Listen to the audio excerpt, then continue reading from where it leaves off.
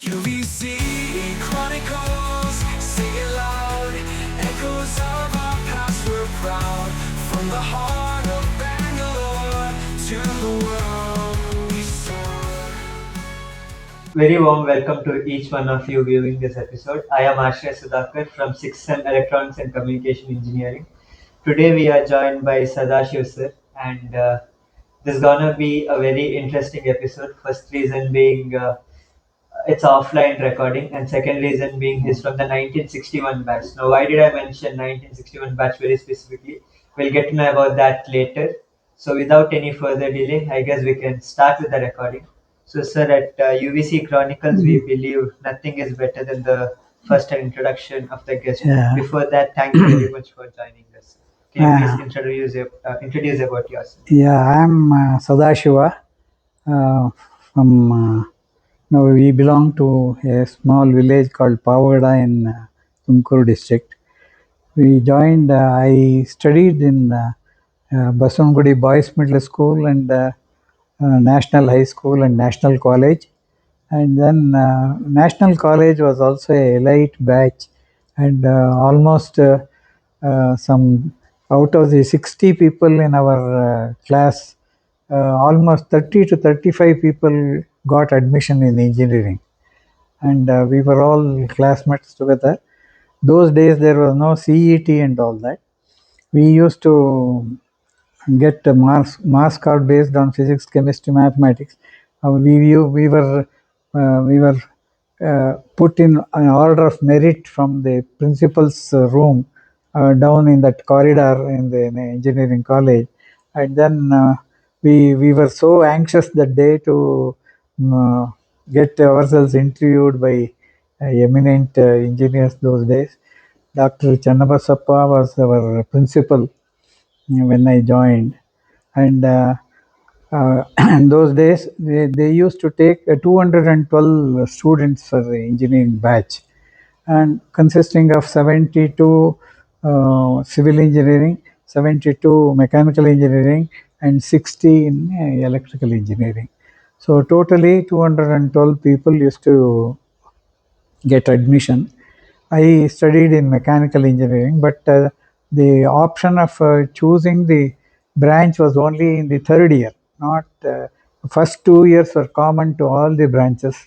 Civil, mechanical, electrical, all of us studied together, and then it was a very thrilling experience for us, because from we our classes used to start at 6:30 in the morning and they end up to at 2:30 to 3 o'clock.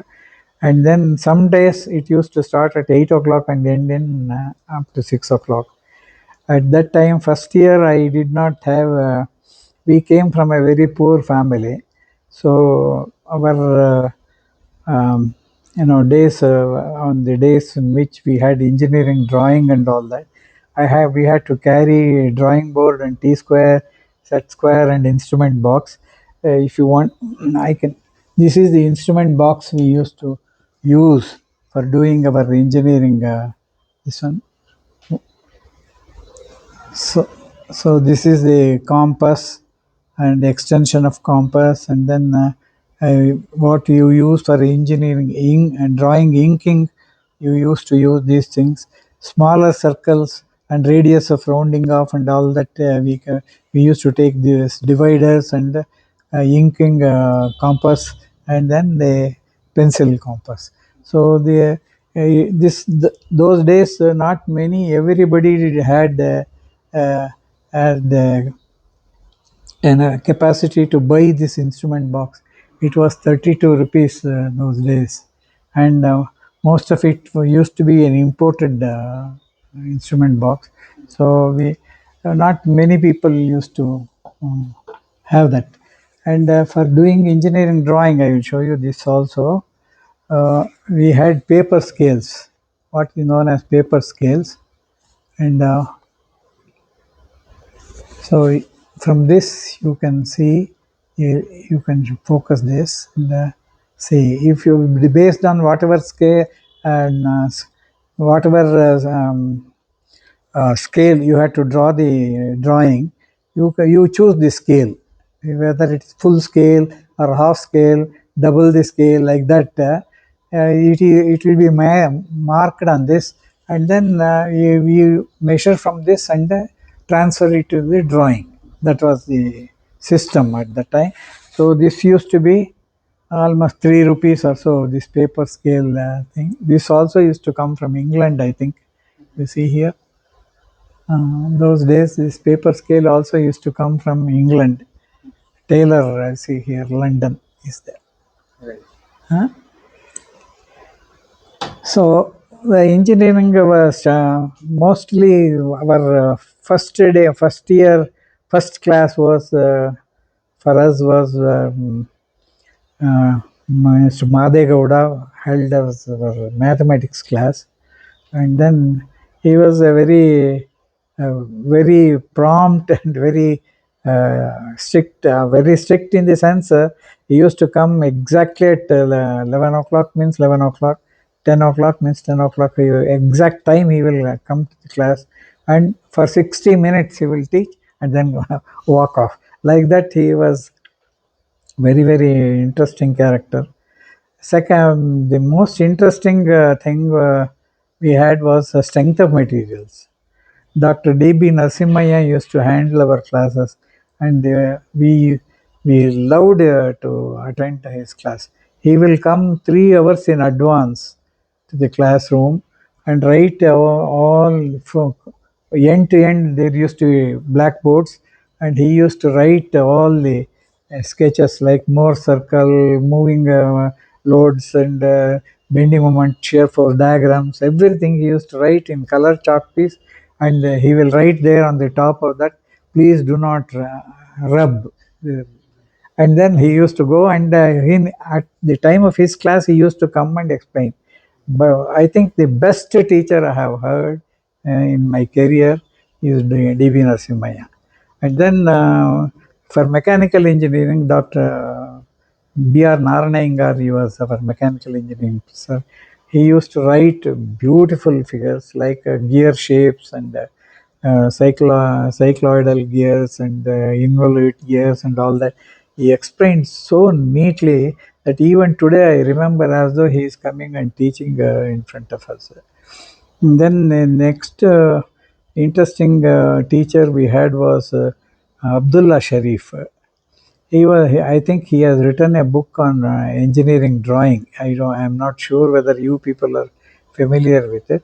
He had written a book on engineering drawing, and his sketches used to be fantastic. I think nobody writes such sketches in the hydraulic turbines and steam turbines and all that. He used to write so beautifully on the thing and explain in very clear terms. And then another good teacher we had was Ranganna, who used to teach us hydraulics and civil engineering materials. That also used to be a very in our days, all the first 2 years was common for all the people. Civil engineering subjects, mechanical engineering subject, electrical engineering subject, all used to be learnt up to 2 years. And third year and fourth year only we had the specialization. Third year and fourth year, civil engineering will go separately. Mechanical and civil will had still some more common subjects, and uh, in electrical, we had Professor Paul Raj and Parameshwarappa was our teacher for electric. He used to follow that cotton, H. Cotton, one book was there. He used to very rigorously follow that book. Yeah, and we had a very interesting classmates. 60 of us in together. In the second year, some people used to come after doing BSc. They used to get admission directly to second year. So those people used to come and join. So for them, there was only 3 years. We had workshop, which was very interesting. First 2 years, smithy and fitting, and second year, we had one semester each for each one. that is first semester like thing, first half of the first year. We had no semester. First half of the first year we had the smithy. Second half was done by fitting shop. The third was carpentry and fourth was foundry. All was and in the third year onwards we had engineering material testing, mechanical engineering lab and workshop and machine shop rather. We had a very thrilling experience, our material testing lab when they took us, it was very I feel like laughing today, but they can make only one tensile testing specimen, and that was limited. So all the entire gamut of people will gather around that average testing machine. Average testing machine, 5-ton testing machine, was almost like this big room. It was about 25 feet beam, and then the load will move this from this side to that side. And people used to get thrilled because that finally the testing specimen, though it is made out of steel, it will break. And finally, we were asked to note down all the readings and then plot that uh, uh, deflection versus load curve, which goes like this and it drips down yield point and complete breaking point. Everything we had to plot it in the this one. That was a big exercise for even to get a graph sheet.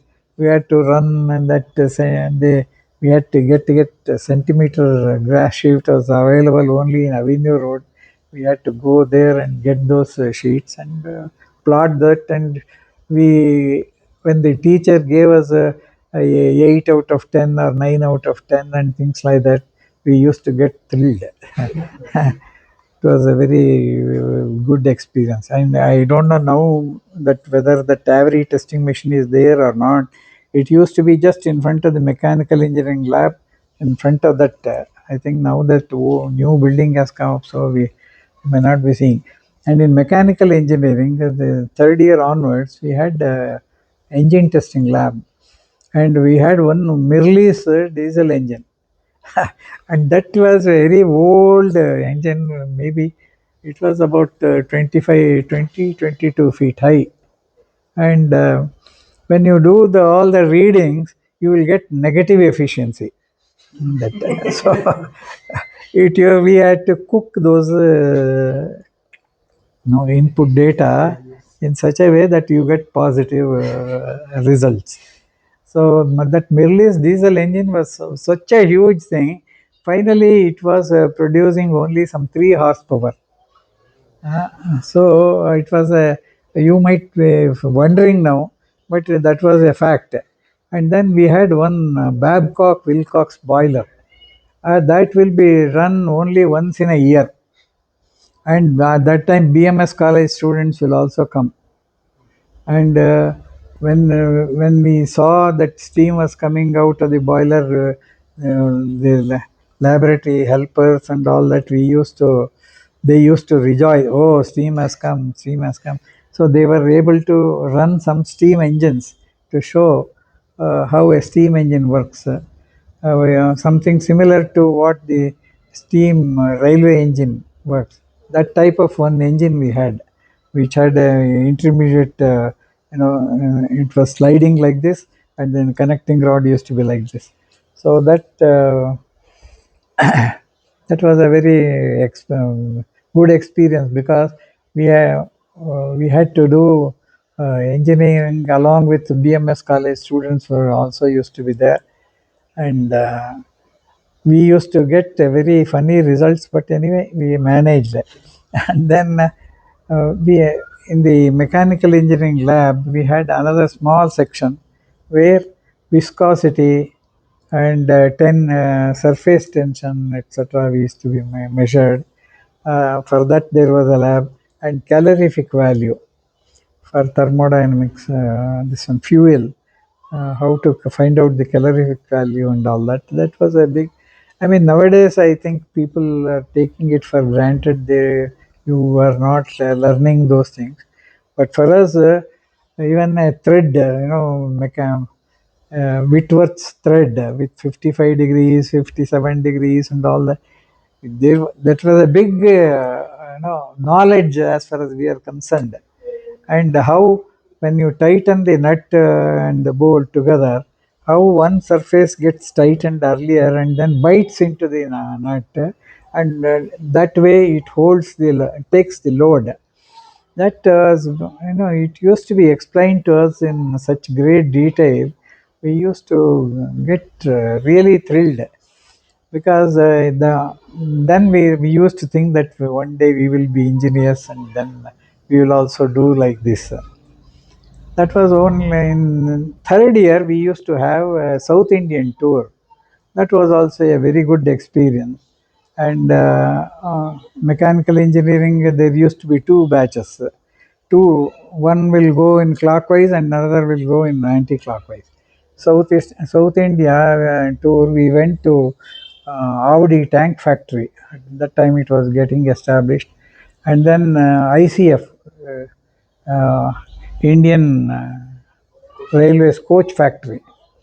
And we also went and saw Basin Bridge power station, which just to see in reality how a turbine and compressor and steam engine and things work.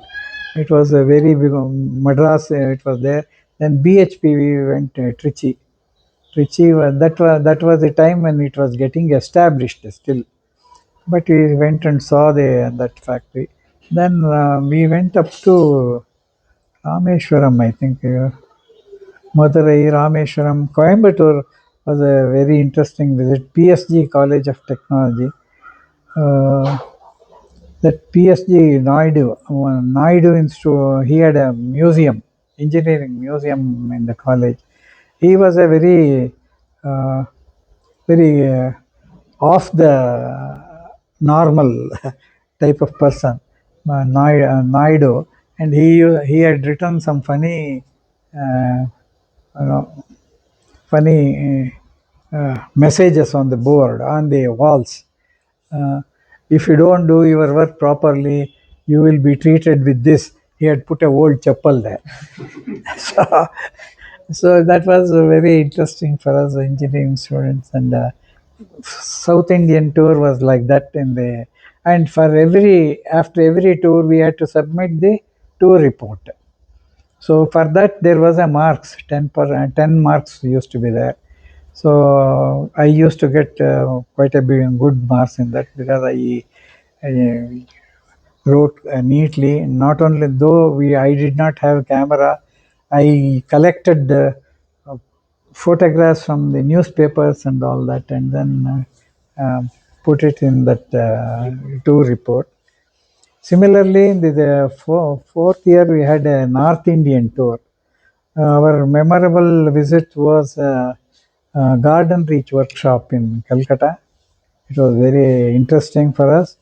And then we had electric trains we saw there for the first time. And then we went to um, Varanasi diesel electric locomotive factory. And then Jamshedpur steel factory we saw. Then we also went and saw uh, some of the uh, establishments in Delhi and around Delhi. I don't recollect now. They were all not. They were all in initial stages. IIT Kanpur was getting installed. I mean, started at that time. So we went and saw IIT Kanpur, and then in Bombay we saw very interesting thing. That is, one thing is Colgate toothpaste factory we went, and it was very for us. We used to every day use tooth powder. At that time, toothpaste was a very big luxury, and then toothpaste tubes will come on a chain like this. It will come, and then it will come below, and then that toothpaste will get filled up, it will get sealed and then go. This automatic thing, assembly chain and factory thing was very, very interesting to me. And then that time was just then the Array milk colony had started in Bombay. So we went there also. There also we were surprised. First time we came to know how milk is given in dairy. So many thousands of liters. How do they collect and all that was a big news for us. They used to come bring it in refrigerated tankers, and so first process is called as pasteurization. That is, they will heat the milk and suddenly cool it to almost 0 degrees. So with this, by doing this, they said the life of the milk will increase to 3 days or 4 days. And all of us were thrilled because all of us were given free milk, half a liter milk for drinking. So it was a very memorable thing. Then we also visited parts of atomic energy establishment. That time it had just then started. Atomic energy establishments also we went. And after coming back from this tour, we had a power tour. That is, we went to hydraulic power station at Sharavati, and it was uh,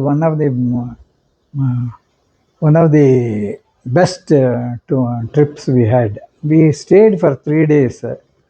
One just to see the Sharavati Dam and water spread area, and then the balancing reservoir, and then we went down and that we that was a thrilling experience to go down in that car and then get down in the to the hydroelectric station. It was a very nice experience, and what will happen if that cable breaks. We were all afraid because we wanted to become engineers, and if something happens like that we will be lost. So not only here, it at least it was 900 feet. In Ooty, when we went on South Indian tour, we went to one hydroelectric station near Ooty. That was 3000 feet or so. And it was I think nowadays you people don't have that experience of going on tour. It was a very, very, and carrying toothpaste, tooth powder, and managing the way we deal with our people, colleagues. That was a very good experience. You will have in a class of 50 or 60, in a batch of 30, in that tour batch was 30. It was very interesting to see these people. Everybody had a different kind of thinking. So how to deal with these people also is an experience. And somebody will quibble about 10 paisa for bida, or 3 paisa for chocolate or peppermint. It was a really thrilling experience. I'll tell you, one of my in the civil engineering batch, one of my classmates, he was I mean, his name is Venkatachalaya. He was professor and civil engineering head in Malnad Engineering College later on. He was in Gulbarga as well as in Malnad Engineering College. That man, he had a tuft in the thing, and he was wearing a cap. And in the Vijayawada railway station, when the train had stopped, lunch also was over. I don't know how we ate lunch because those days such facilities were not there. You had to pre-book in the some 10 stations ahead, and then that fellow will serve. That was the arrangement. But many of us did not have money to buy that food also. We used to manage with some plantain or some such thing and be done with it. So this man, he was poorer than us also, and this Venkatachalaya, and then he got down. He was wearing a dhoti and a topi and tuft and all that, and then he got down. The train started off, and then this man did not know. He did not have a single pie in his hand, so he traveled. With great difficulty from Vijayawada back to, he was studying in Ramakrishna Students' Home here in Visheshapuram. He traveled with, his experience was real experience for others, that we should be extremely careful. Trains, you were not giving any signal, only some guard will wave some green flag and then it will start off.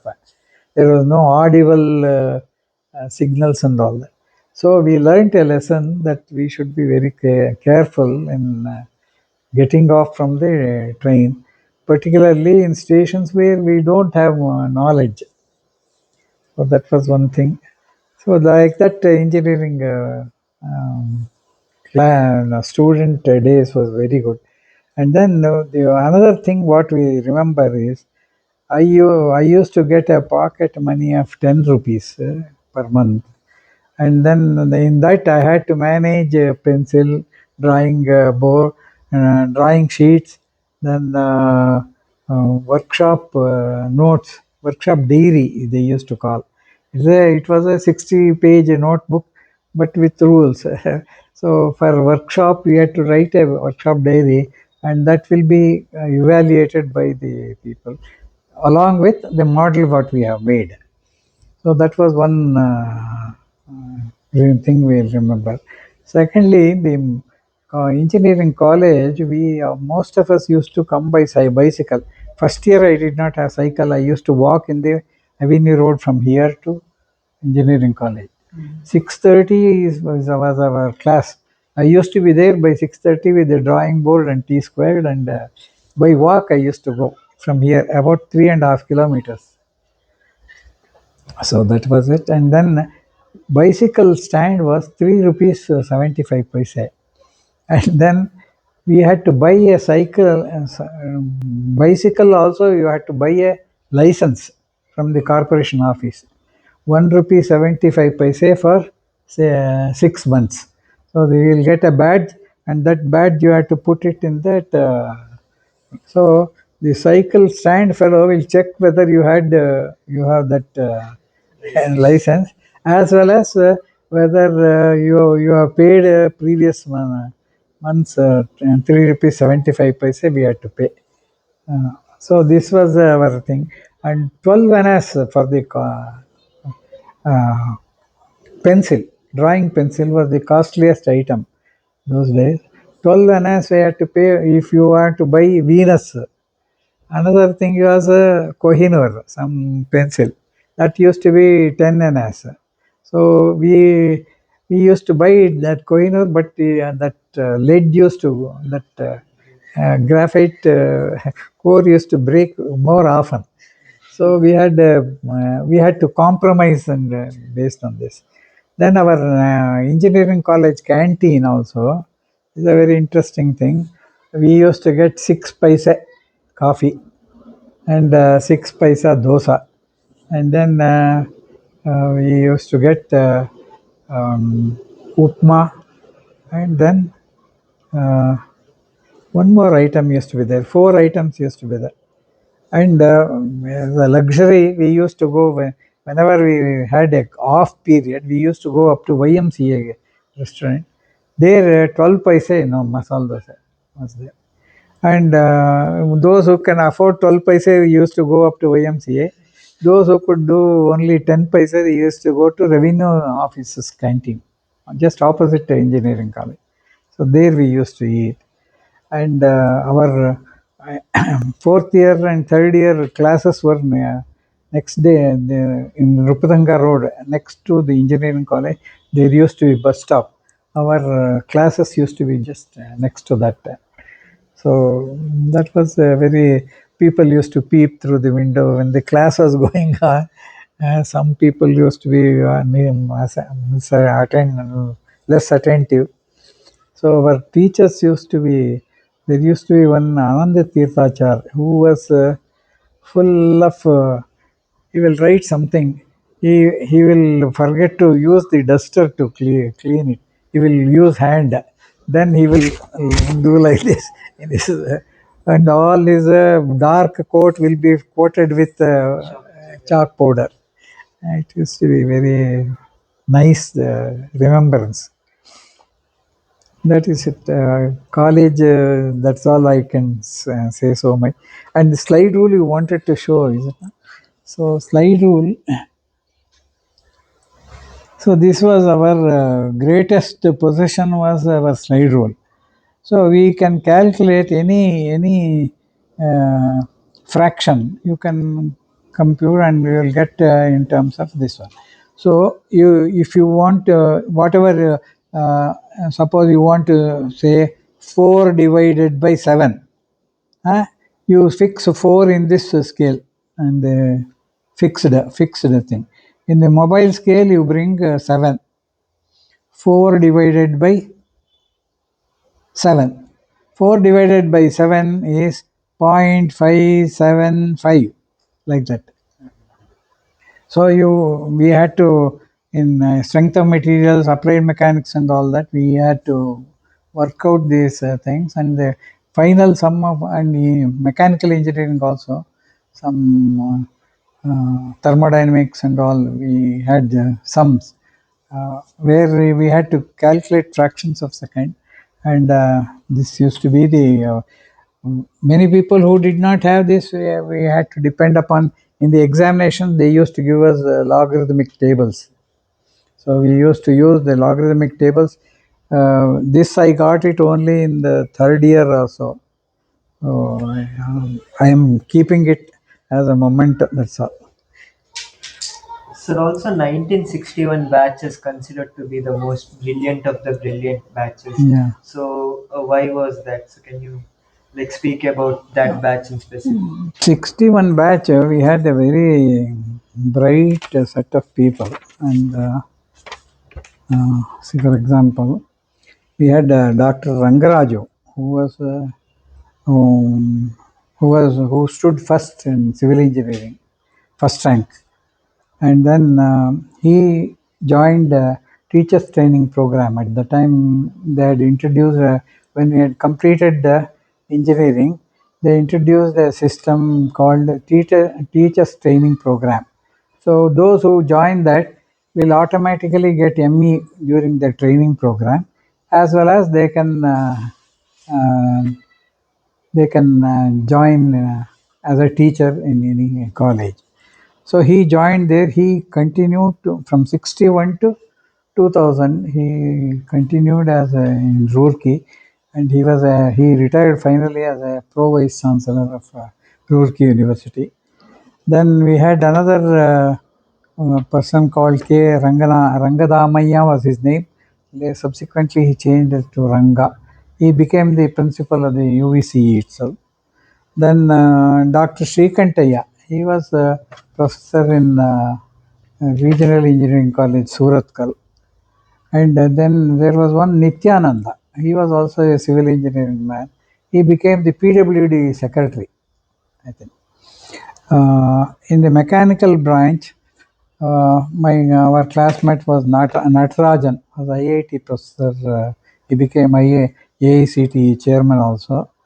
Then we had Dr. P. Sampath. He joined Waterloo University and did his PhD there.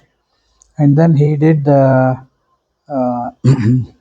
he joined Pratt and Whitney as Pratt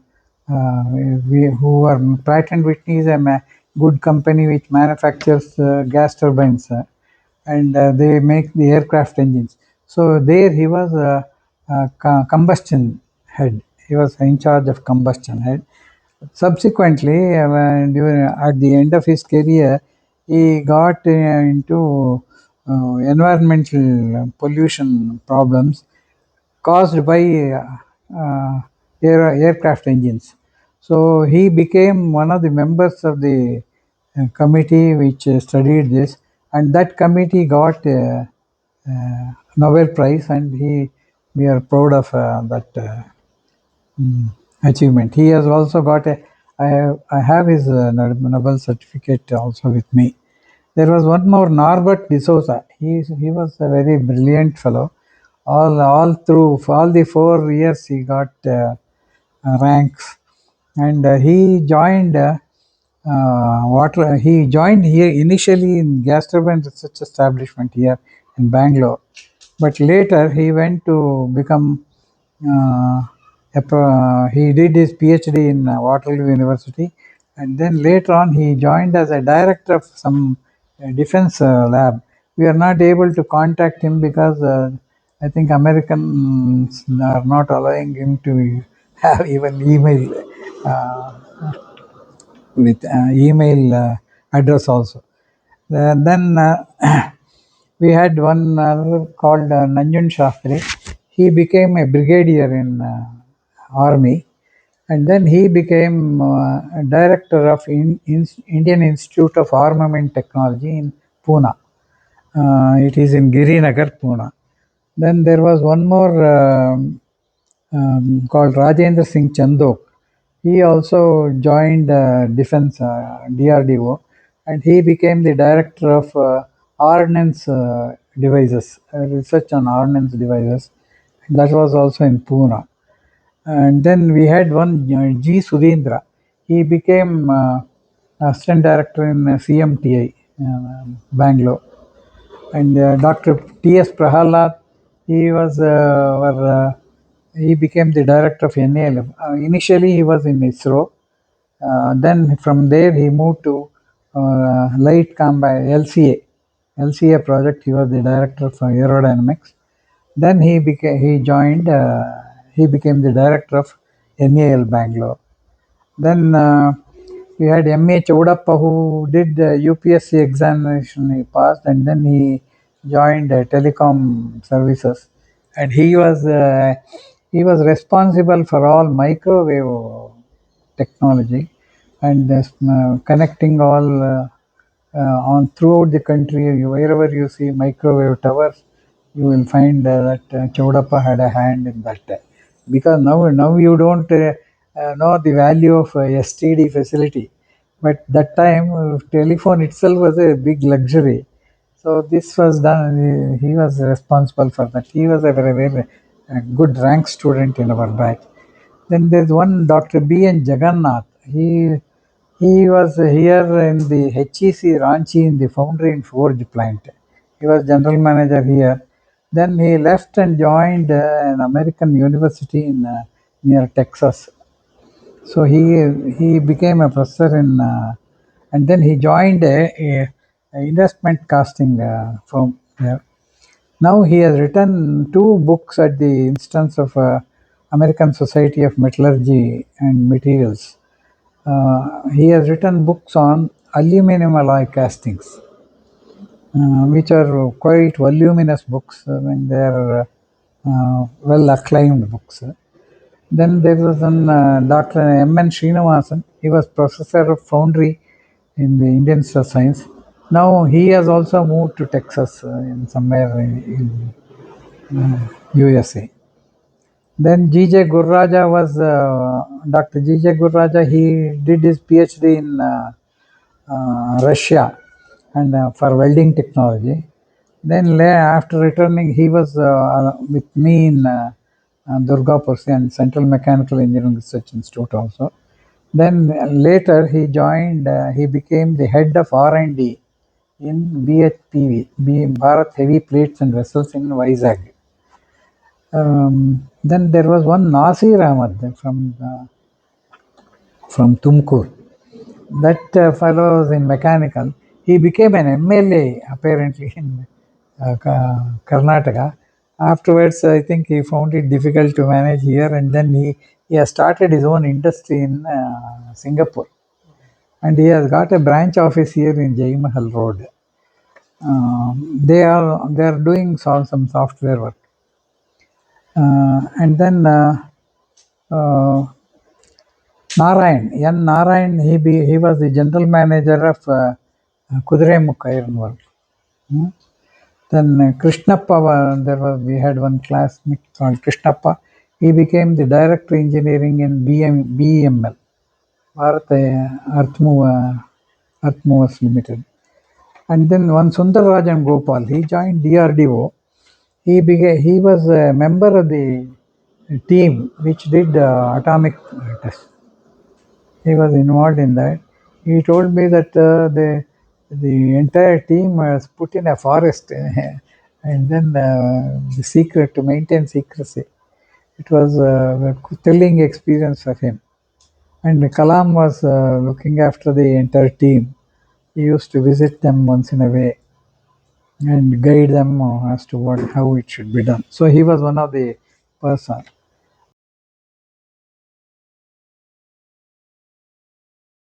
Then I joined, of course, I joined in Central Mechanical Engineering Research Institute. I was the head of heat transfer and fluid mechanics division. And then I did a lot of industrial support for pumps, Fogel pumps. There was one German technology they had taken, and we used to improve their efficiency, pump efficiency. So at that time, engineering and work was being done in a very casual way, so that we streamlined. That is, you had to do a pump test, means you had to measure the flow rate, you have to measure the energy, input energy, output, how much it comes, what is the efficiency. These things were all defined. And then we made even some standards procedures, and we made set up some facilities, how to measure using V notch, how to measure accurately the flow rate. At that time, even RFS plate was a big luxury. So we did all that, and then I was a member. I have contributed in the Indian Standards Institute in formulating the standards for measurement of airflow, measurement of water flow, how to control it, and how to improve. These things are all done by me. Then after, when I was in uh, Central Mechanical Engineering Research Institute, I was selected for German government scholarship and German Deutsche Akademische Austausch DAAD scholarship. So I was sent to Technische Hochschule Braunschweig, where I did a course on gas turbines and this one. Before that, I also did in internal combustion engineering in Indian Institute of Science, and from there I joined Central Mechanical Engineering Research Institute, and from there I was sent to from Technische Hochschule Braunschweig, where I did a course on gas turbines and compressors, axial flow compressors. And then we did a lot of work on there also, again flow measurement and all that. Even there also it was those days it was something new. So those things we standardized there. And after coming back from Germany, I joined Central Mechanical Engineering Research Institute back again and looked after the heat transfer and fluid mechanics. At that time, we established what is known as a water table. How the flow takes place around a body. Say, for example, when the blade is having a shape, and when the water is flowing, when the pump is sucking water and water flows on the blade, how the flow takes place, how the velocities will change and get adjusted. So this was done by me. And to study that, we established what is known as a water table.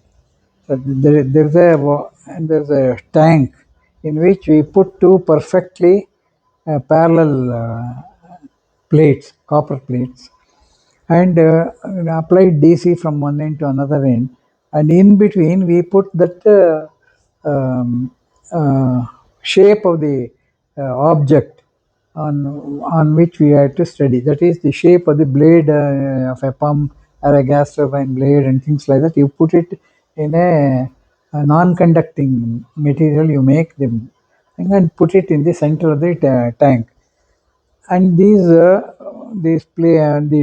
DC current which flows from one plate to another plate, it will come up to this place, up to the model, and then it takes deviates. So we can track how the flow line takes place and how to compute where the velocities get changed, where there will be turbulence. Suppose the angle changes, how it separates from the body and then causes cavitation. All this electrical simulation of fluid flow we did. Nowadays we are doing in wind tunnel. So at the same time, at that time also, I established low turbulence wind tunnel. That means low turbulence wind tunnel. We had a very huge cross section of say uh, about 10 feet by 10 feet in section, and that will come into 1 foot by 1 foot. So the velocity will, the fluid lines will converge like this, and then they will pass over the model, and then come to the other side. So we to track how to what is happening to the fluid flow lines, we use the pitot tubes. That time we used to go import the pitot tubes from National Physical Laboratory in London. And no, those things used to be very costly. So we made some local, we made indigenized pitot tubes at that time. And now the wind tunnel, anyway, we established, and we did not have much work to do on, I mean, industries, they were not interested. So what we did was we used the same thing to test radiators, automobile radiators, that many industries were interested. Many people were making radiators. So how to decide whose radiator is better? In Coimbatore itself, there were half a dozen industries which are making. In Baroda, there were some few industries. Near Calcutta also, there were few people making radiators.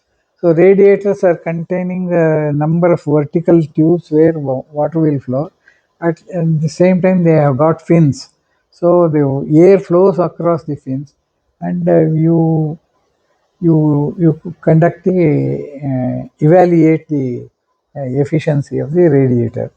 So we for that you used to measure the velocities and all that, and then compute the also temperature differences and things like that, and we used to compute. So for these things also we made some standards. I mean, we recommended that ISI should make some standards for these things. So that way, I think we originated some work like that. That was after 2 years of my returning from Germany, I joined ISRO. So there they wanted to start a cryogenic engine program at that time in 1971. I tell you how things will change. 71 I went. So at that time I did not have any knowledge of rocketry. I just studied some handbook before going for interview, and then I went for an interview. Some six people were all I don't know what are their expertise. They were all sitting and they asked so many questions. I asked the counter questions, and then they were also they were flabbergasted because they did not know. Many of them were also new like me, so they all said, "Okay, you come and join." They said, finally, I went and joined ISRO at a time when probably I did not know what is the rocketry, how it is done, and all that. Then first I joined propellant engineering division, and there uh, we were supposed to do this cryogenic engine work. So I did lot of survey, literature survey and things like that. Then finally we concluded that we had to make an engine of something similar to Atlas Center was using a cryogenic engine. In America, Atlas Center was using a cryogenic engine. That detail was about 7.5 tons of thrust you had to produce, and it has to burn for so many seconds. So that I completely uh, did the survey, and we made a small design of 7.5 tons. Then finally we concluded we should not go directly to 7 tons. So we made a 3 ton thrust engine design with using liquid oxygen and kerosene system we used. Initially, we did not want to go directly to Atlas Center type, which uses liquid hydrogen and liquid oxygen. Those days itself, they were developing it for space shuttle program, Atlas Center. So we at that time we could not even think of liquid hydrogen is only 10 degree Kelvin. No, it is 263 degrees, and liquid oxygen is minus 177 degrees centigrade. So with the result, we had practically nothing. Our lab was like this, and we are thinking of something which is beyond the imagination of. We did make a project report for that.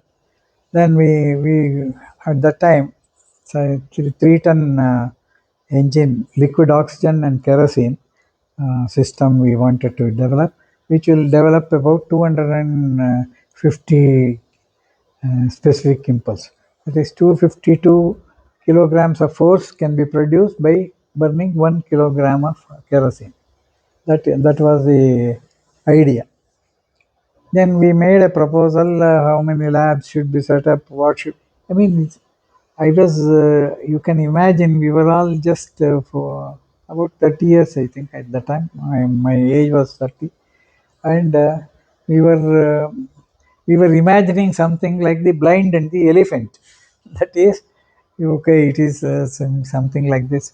We did not know what is cryogenics, and we started doing this. Okay, it was proposed, and unfortunately, we when we submitted this report, Sarabhai said at that time Dr. Sarabhai was there.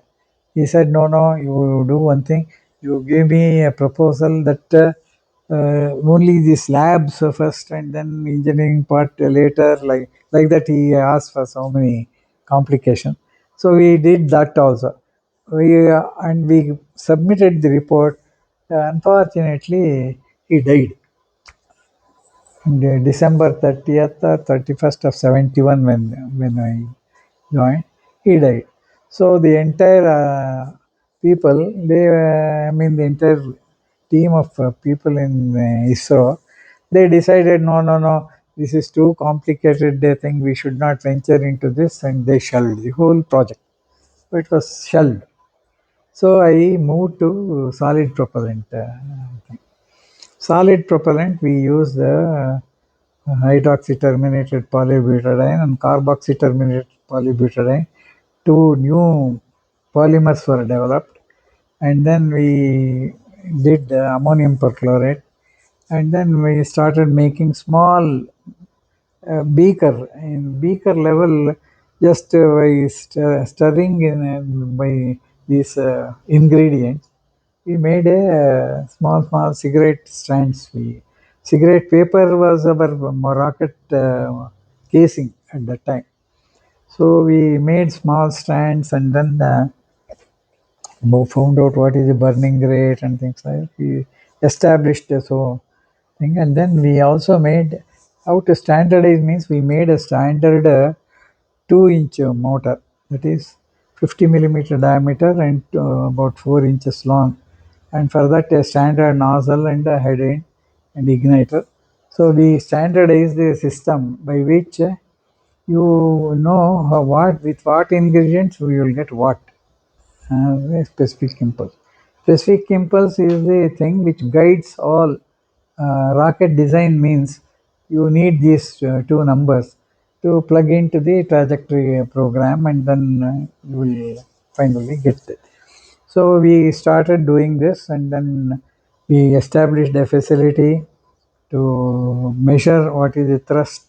So for that we made a sliding cradle like thing. You put the motor on that, and then when you fire, when it moves like this, and it will go and fix this one, which will give you the correct uh, thrust. So like that we measured the thrust, and we standardized so many things. Then we made a 3.5 kg motor. Then we made a 100 kg motor. Like that, we step by step we went. And when we are doing, when you mix these propellants, it will become a paste like chapati flour. And then you fill it up, and then that has to be vibrated to get a homogeneous thing. So our main problem was when you make there are 23 ingredients which go into solid propellant, that they have to be mixed in a proper fashion.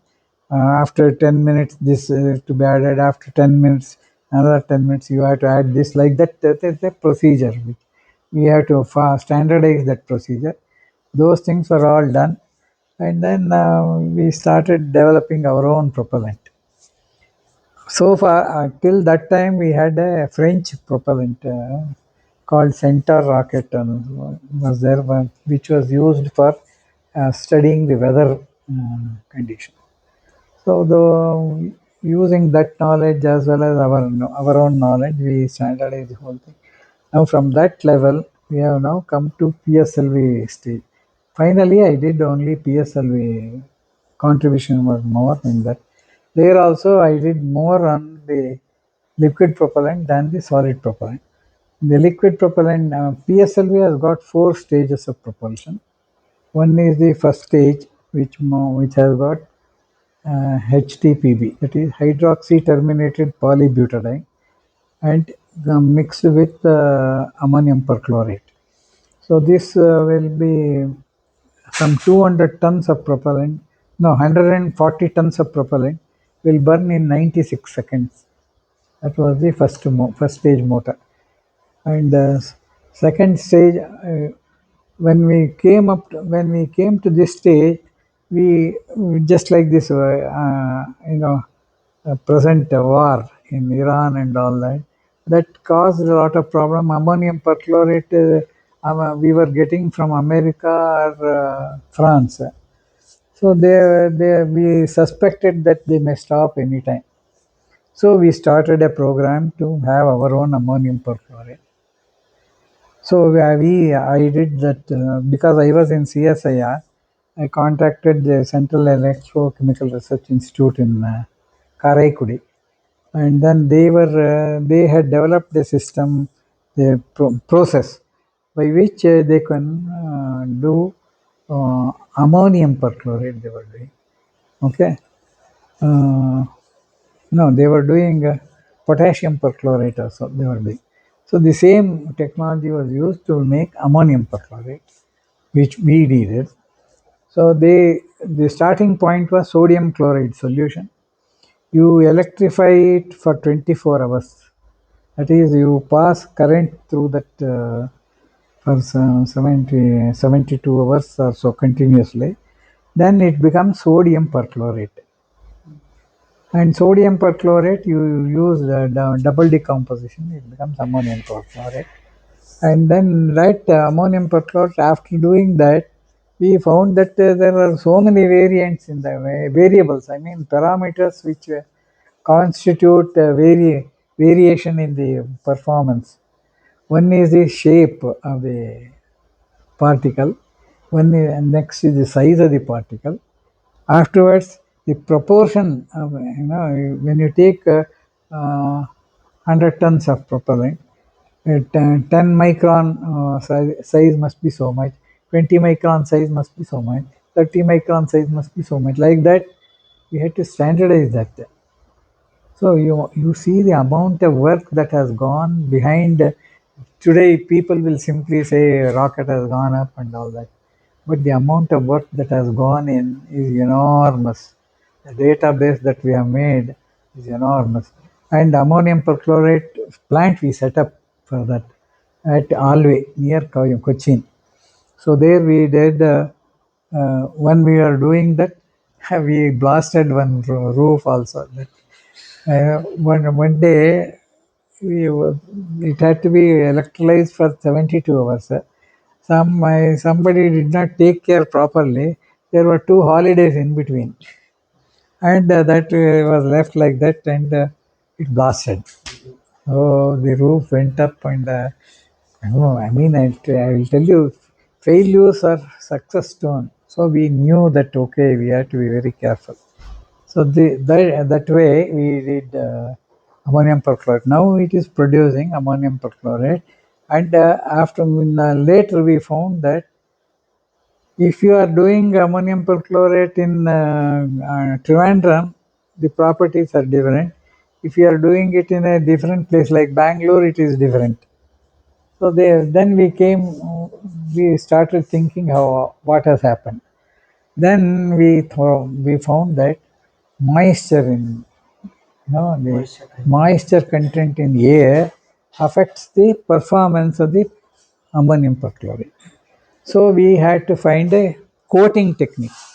So we had to blast this ammonium perchlorate through a passage, and then another spray will come.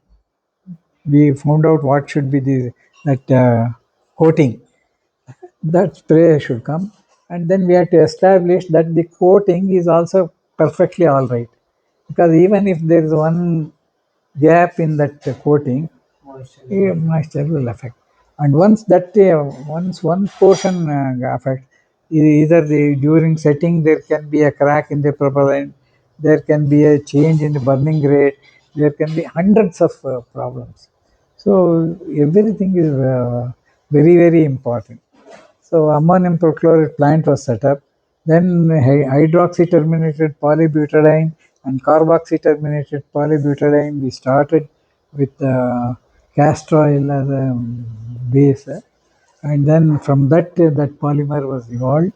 So that technology we have transferred to a firm in Bombay.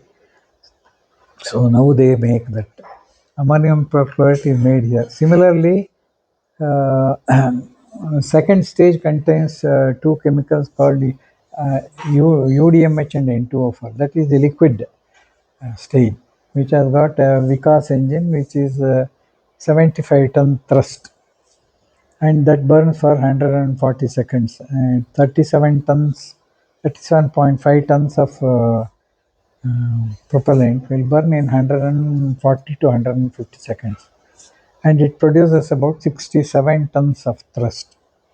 The first stage, on the other hand, produces 400 tons of thrust, and it burns 140 tons will burn in 96 seconds. Can you imagine? The flame length will be 250 meters, and the flame strength, flame temperature is 2800 degrees centigrade.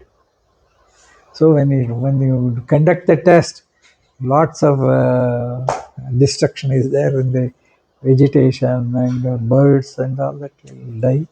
We can't help it. So these things happen. Uh, we have now standardized on the PS. Now we have gone up to PSLV. Now the latest flight is taking about 200 tons of propellant in the first stage. That will also burn in about 110 seconds or something. So it will. The problem is you have to do X-ray. You have to find out whether there's a crack, and when there is a crack, if it will, the burning surface will change. When the burning surface changes, the rate of pressure rise will increase. So the number of parameters you have to control are many.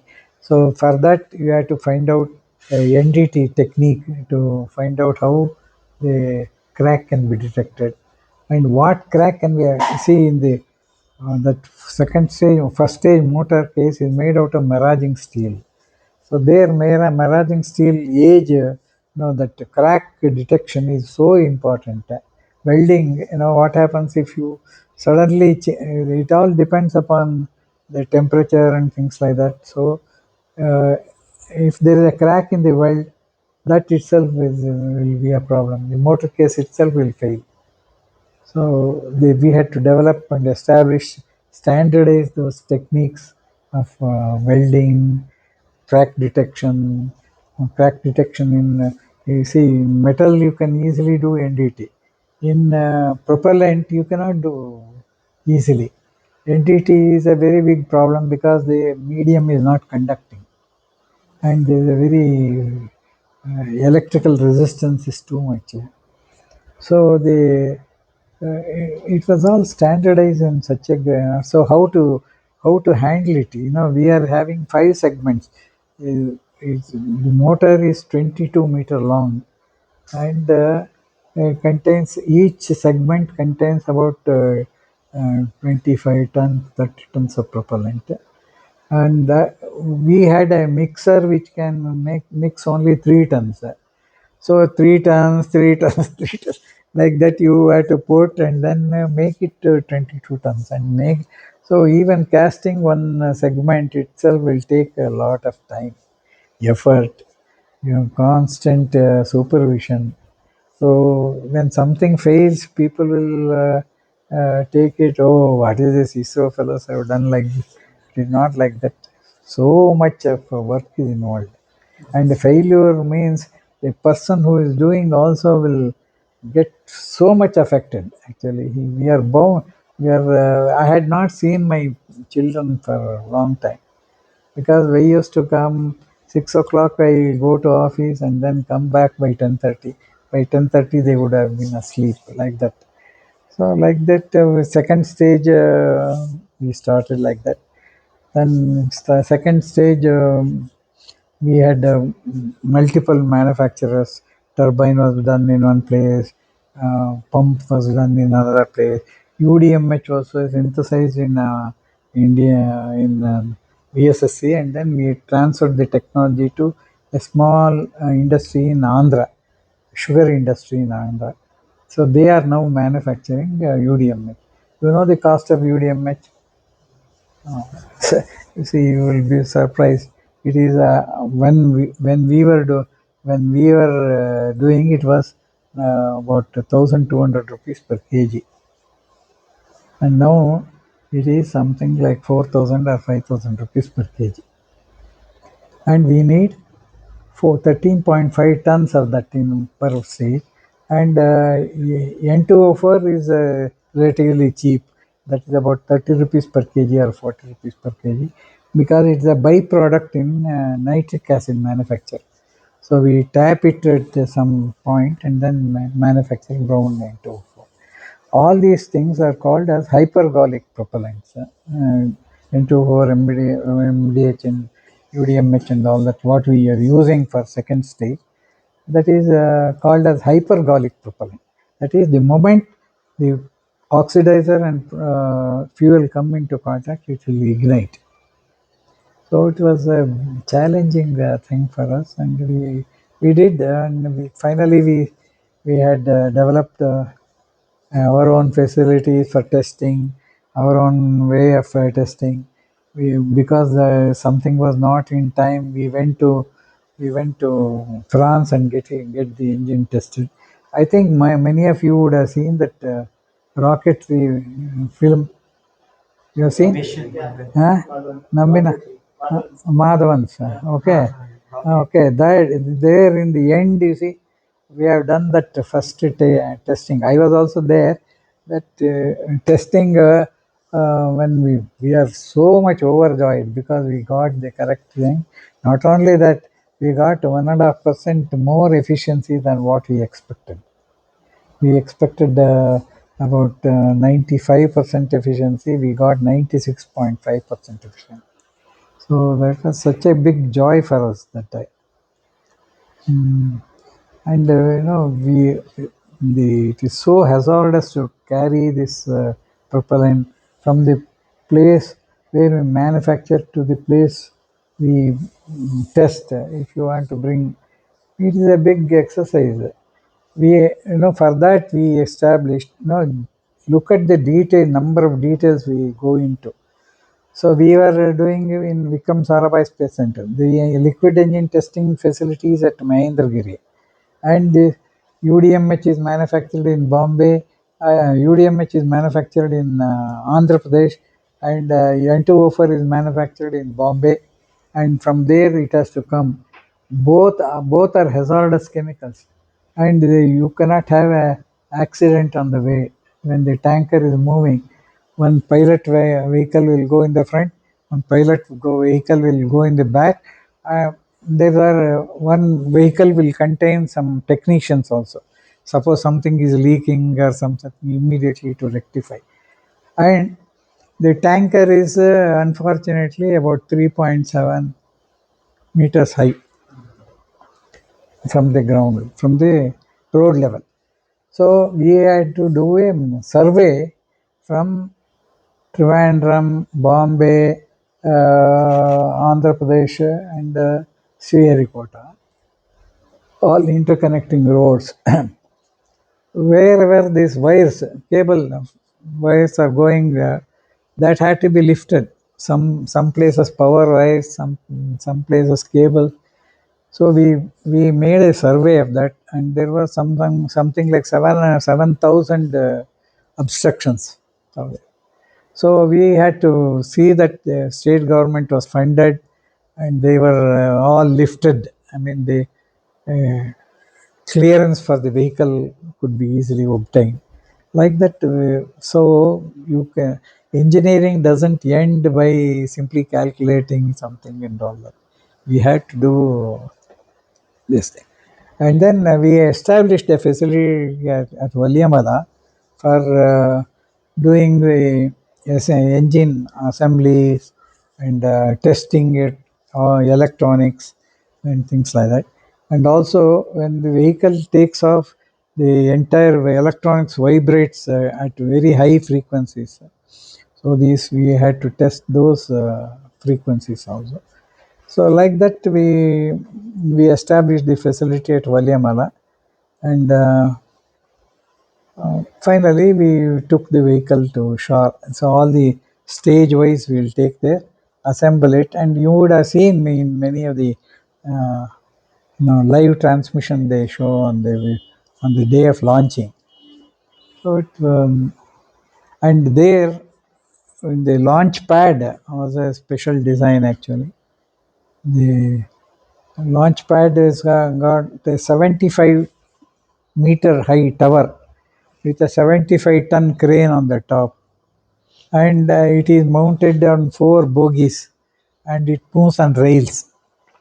Okay, and the whole weight of the structure is 2,800 tons, and it has to move with 4 bogies. Have got 4 different drives, and they cannot go with a differential movement. Suppose there is a differential movement it will have a twist, and suppose something happens and it falls, what will happen? You can imagine. So the kind of precautions that we take, failure analysis we do, and so for every stage, for example, I don't know whether you know it, in our assembly procedures, we write a thing, what spanner should be used, how it should be used, how much torque should be applied, how many times he should be tested. He has to sign. First man has to sign. Now another fellow will come and verify whether he has done all these things. Like that, there are procedures written down for assembly also. Otherwise, you can imagine in the PSLV, there are 750 kilometers of wiring. and so almost 77 subsystems. Each has got an electronic box, and the whole thing is controlled by computers. And to control all these 40 computers, there is another single computer. It's called as and to protect all this, during the aerodynamic flight, there's a heat shield. That heat shield is like a Avro aircraft, almost 11 meters long and 3.4-meter diameter. It has to be assembled and properly held in position. It's an enormous amount of work which we are really proud of. What country should be proud of this. Sir, We, also one very interesting hobby that you have is of collection of currencies, coins, and yeah. postcard. If we can possibly speak about that and get us introduced to some interesting collections you have. This See, I have stamp collection from 1948 up to date. Even last year, 26 also has started coming. So, in this, in during 1984, one stamp was released in Skylab. Uh, uh, this is the stamp released on for Skylab, where Malhotra and Rakesh Sharma went. Rakesh Sharma went as a astronaut. Malhotra was a standby for that. So these people traveled in this, and sometime I think 1 year later he visited. Both of them came to VSSC, Vikram Sarabhai Space Center. So I remembered to take this first day cover with me and got their signatures, Malhotra and Rakesh Sharma's signatures. So it was a very interesting. So every stamp has got information sheet also like this. Uh, who has made this stamp and how it is being made. Who was the artist and all that is written here. All the details. Hmm. And what is the size of the stamp, what is the denomination. It is 4.8 by 3.6 centimeters, like that, printing size, so much. Everything is shown here. So like this, it's not only the rocket work that I was interested. I have collected stamps from 1948 onwards, you know, and all of them are filed like this, year wise, and I have done the year wise listing like this. What is the amount of stamp, and what is the first day cover, how much it has cost, first day, everything I have listed out for somebody to interested in seeing it. See, I have collected also old stationery which is more than 100 years old. You can see here. This is a envelope which is 29th May 1895. This is 9th July 1897. And this is 22nd April 1900. 22nd January 1906. Like that. And these are the first, those days, this is the kind of post. This is the East India Company postcard. Uh, and this is the postcard which is done long, very old. It's about 1918.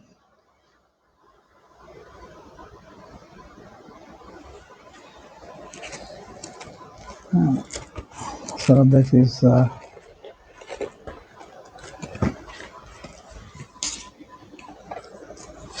and these are some of the 3D stamps. These stamps have got old model and new model of the same car.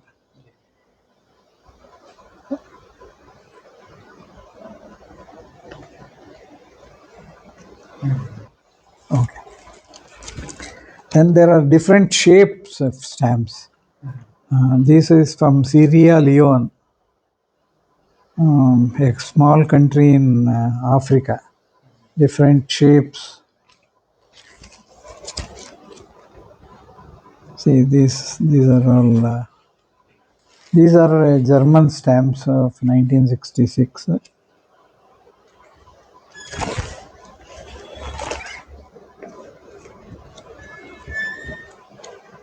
So, okay.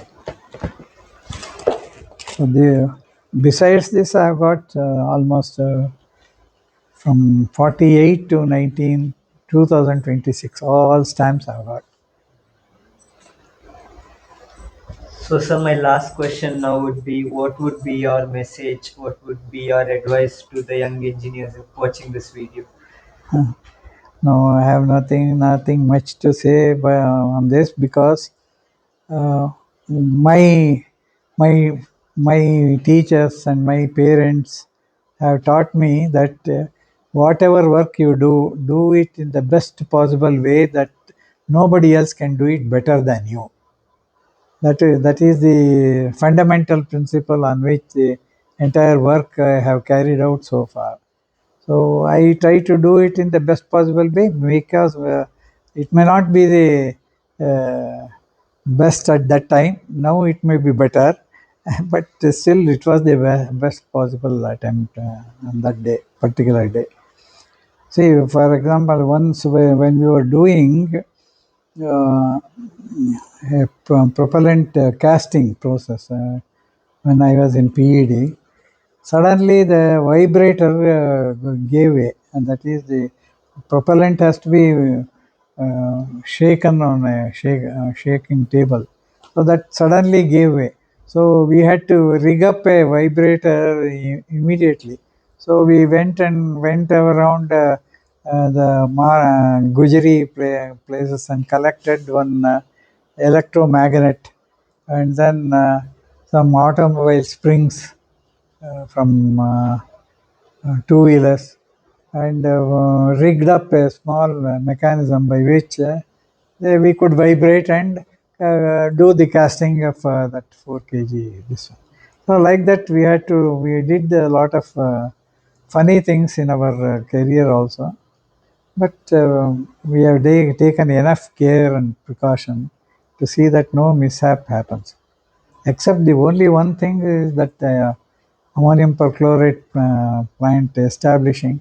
That day we forgot to switch off in some 42 hours.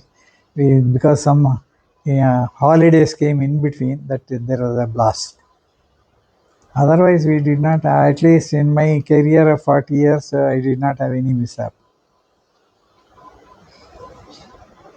That is it. You have anything else to say? No, sir, nothing else. I guess No. now we can conclude the episode. I'm sure all the viewers watching this episode have learned a lot more about rocketry, about how UVC was back then during the 1950s, 60s, how Bangalore was back then, how the background research happens at various institutions like ISRO, etc., and what goes behind just to choose a particular propellant. And it was very informative to me, at least, and I'm sure all the viewers would have found it interesting as well. With that, we can end this episode. Thank you Okay. all Thank for you. watching. Thank you. Thank you. Thank you.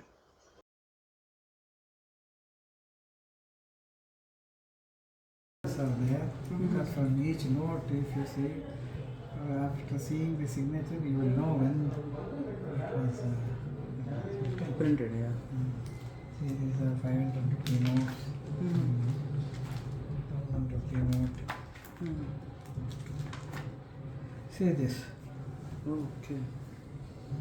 Oh, repetitive numbers. Serial numbers repeated. ಚೆನ್ನಾಗಿದ್ದೀರಪ್ಪ. See, this you will not see anywhere. True. You can imagine the amount of interest and trouble one has to take. Yes. To put it, collect it together and put it in this format. It is not only this 111111. See. Okay. It is there under the glass. But noise. See here. Okay. After 10, 20, 30, 40, 50, 60, 70.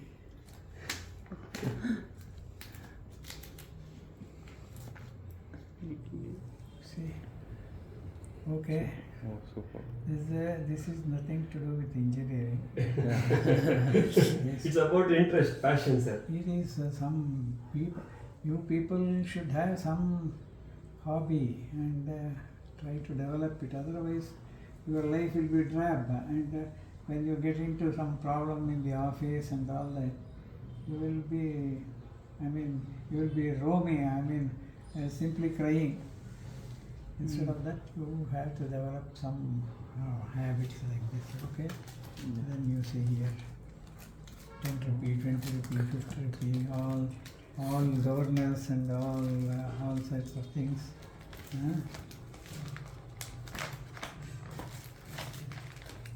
These are 1 rupee notes, Yeah. which are signed by finance secretary. Right.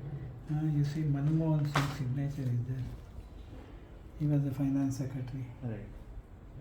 Then RBI governor has not said Then, that. Finance secretary. The 1 rupee note, you cannot go and ask the government to return that money.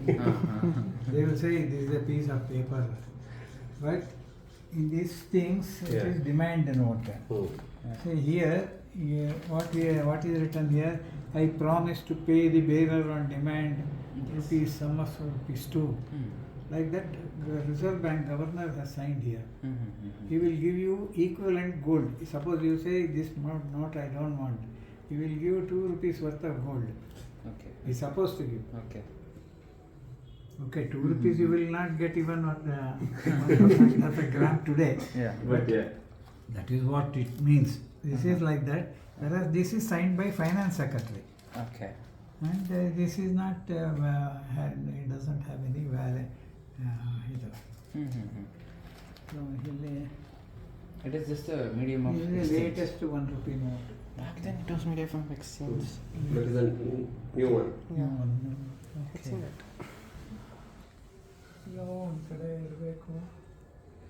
Value of this collection. That file is 200 rupees. You will not get this file here. Yes. You have to go to Avenue Road and one particular shop you will get that. You have to get these butter paper. these plastic covers. That is different. A4 free. Nowadays is available everywhere. But those That days time. it is a big this one.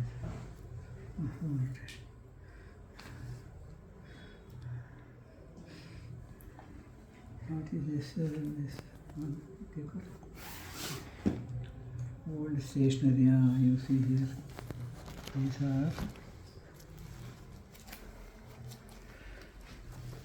These are 100-year-old envelopes. Okay. See the stamp on that. See the date stamp. This is the stamp. 1895. Okay. You know how it is collected. Somebody threw it in dabba, waste paper. No. Dustbin. Earlier basically. days, there used to be dustbins periodically. Somebody had thrown it. I have collected it from there. Okay. Just as rubbish, they put it outside the house. There. Okay. So it is. Someone's trash is someone's treasure. Someone's trash is someone's treasure. So it is. See here, all these are old, 100-year-old. It is older than it is this. This letter was older than my father's age. He was born in 1895 August. This is May. So it is 3 years elder to my father.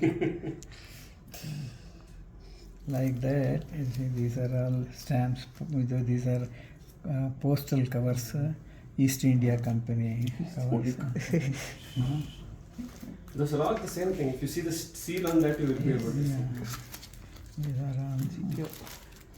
I will show you where is that. Where we got this? Again, first flight covers. You see, these things you are not. No one knows that for sure. You wouldn't have even heard. Okay, whenever Air India introduced a flight, say for example, Addis Ababa to Bombay, and Bombay to Addis Ababa. So these covers will be carried in the flight, and will be brought back. Okay. And then it is sold to. It is sold to collectors. Because it has travelled in the flight. Flight. That is the.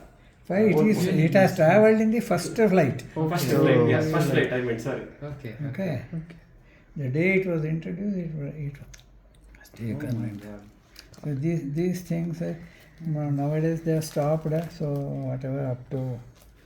whatever I could collect, I have done it. Okay.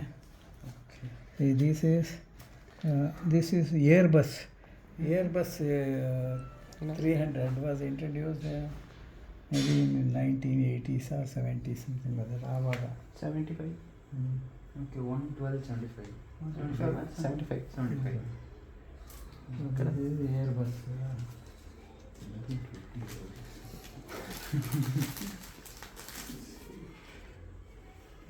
Indian Airlines Airbus inaugural flight. 17. Okay. I got you see, these are worth, it is not worth only 1 rupee or 2 rupees or what is written there. It is worth my trouble, my labor. Yes. Okay, that is it. And art and style. See here. These are some special. Churchill. You just switch on the lights. Churchill, JFK, Churchill, JFK. Kennedy, And Gandhi. Gandhi. These are 3D stamps. 3D. That's why this book tell you now. Okay. And these are different. See, this black sheet, I have got it from Australia.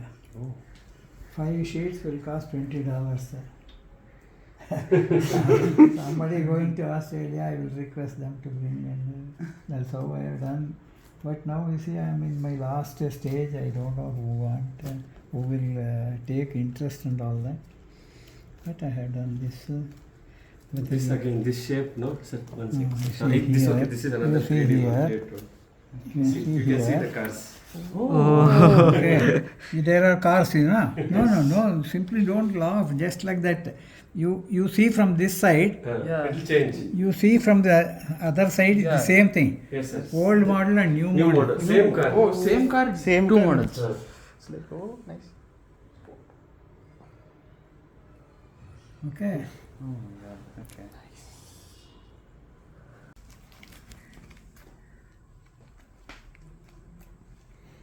See, these are the astrological signs. Astrological.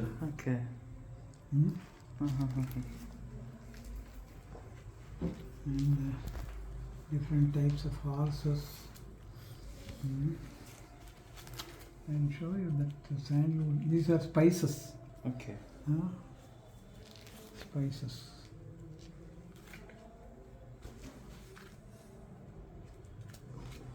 I don't know where it is.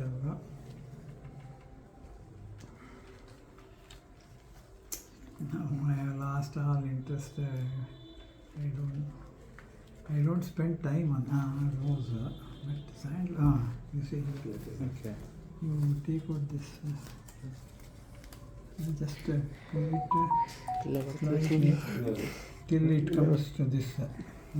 Till Smell it, that one. take it up. Nice. For sandalwood it comes. Sandalwood.